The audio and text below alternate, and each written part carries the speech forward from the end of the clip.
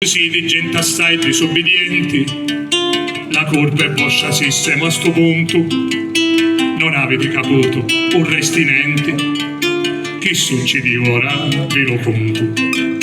Pochi hanno stato l'uomini potenti, che comandano te non tocori, benessere e ricchezza diligenti, facendo fatti e non solo valori. Come diceva sempre in maroto, o potere ammazza con non lave, e io che sto buona via caputo, comandava e all'auce li pinciato all'altare principale. Non si sentiva in chiesa non da voce, solo da certe o battero dell'ala. Già sì uno di una finestra rotta, ferriava avanti al re della navata, ed ogni tanto arrivava da sotto una tinta prepotente e defecata. Chi già si sa che porta fortuna, ma allora testa di così la zuppa, quando ogni banconota una a una lo fa per chi te ne lo ente in poppa. Tu invece siete povero in canna, non piglia le escrementi di la cede, non ci cade di luce lo la manna, te da non porta certamente. Un precetto perfetto per tutti: non fare agli altri quello che non vorresti fosse fatto a te. Cammina, o pigliare il tuo ero sopra la croce. Uguaglianza. Gli uomini dovrebbero essere tutti uguali davanti alla legge. È così, vero? Ci sono avvocati qua sicuramente. No, c'è Cucumanna e qui è Tasango, no? Se uno ha un bravo avvocato e lo può pagare, sicuramente ha più possibilità di farsi assolvere in un processo.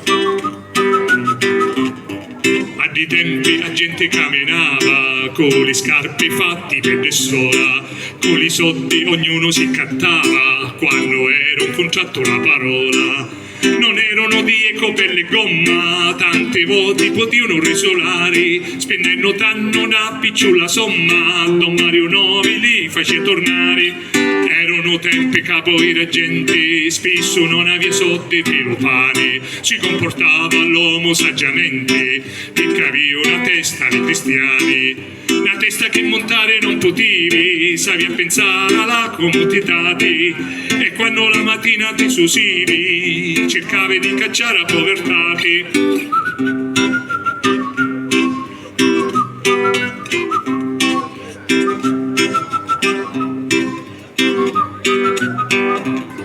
Sì, le scarpe. E nei piccoli paesi, una volta, nei centri storici c'erano le attività, le botteghe. Oggi si dice il negozio a chilometri zero. E c'era la bottega dove andava, che cattava farina, che cattava caniglia, che cattava faciola. E insomma, poi c'era il negozio dell'elettricista, poi c'erano gli artigiani. Quanti artigiani c'erano? Era una meraviglia. La mattina uno usciva da casa alle 7 e già c'erano i saracineschi, i sati, la gente già pronta a prendere servizio. E allora, di fronte a casa mia c'era Don Mario. Poi era Don Mario. Don Mario era uno scarparo. Oggi, vedete, usiamo tutte queste porcherie qua che vengono in gran parte dall'America, no? Perché voi lo sapete che il piano Marshall ancora non si è concluso e non si concluderà mai. E allora usiamo tutte queste porcherie che una volta che si consumano si buttano, sono pratiche, costano picche eccetera. Una volta io mi scappi sola, e che facevo scappare? Quando la sola si studia, quando tacco si studia, lo scapparo ti aggiustava le scarpe e te le aggiustava con grande capacità e con grande mestiere. Oggi tutto questo non c'è più. Nella mia zona, in 18 comuni, c'è un solo scapparo che è diventato un gioielliere, un grande imprenditore. Leonardo Vigo veniva da Acireale ed è stato uno dei più grandi antropologi della nostra storia.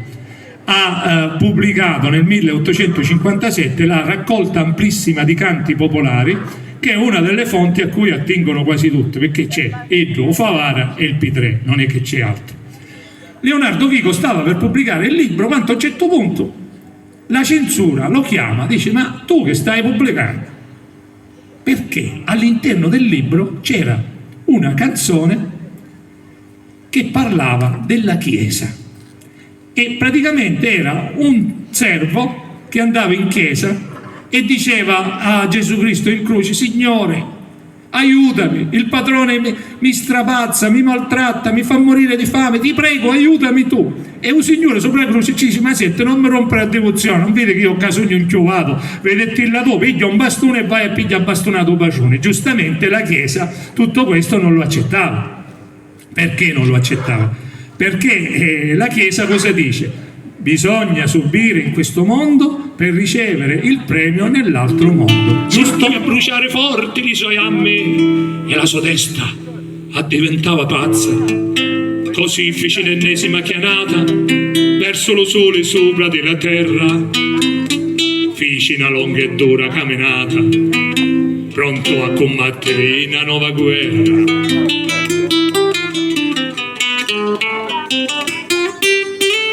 Uomini di potere assai ne visti, perché hanno a cercare in te più forti, piglio contatto con i giornalisti, cristiani che possono canciare a sorte.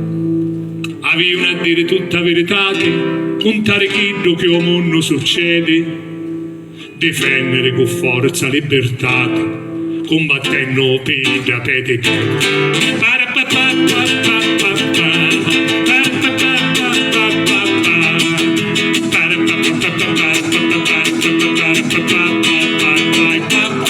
I giornalisti avevano giurato sopra i libri di Costituzione che avessero per sempre condannato nella morale tutte prescrizioni, portare le notizie alla gente senza essere servi di nessuno, con giudiziosa e politamente, rispettando i diritti a una uomo.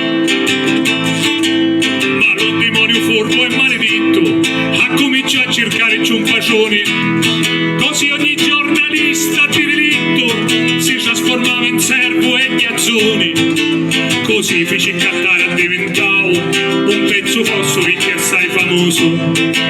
La vita a mozzicone la pigliavo, ma fu cristiano in enti e borioso.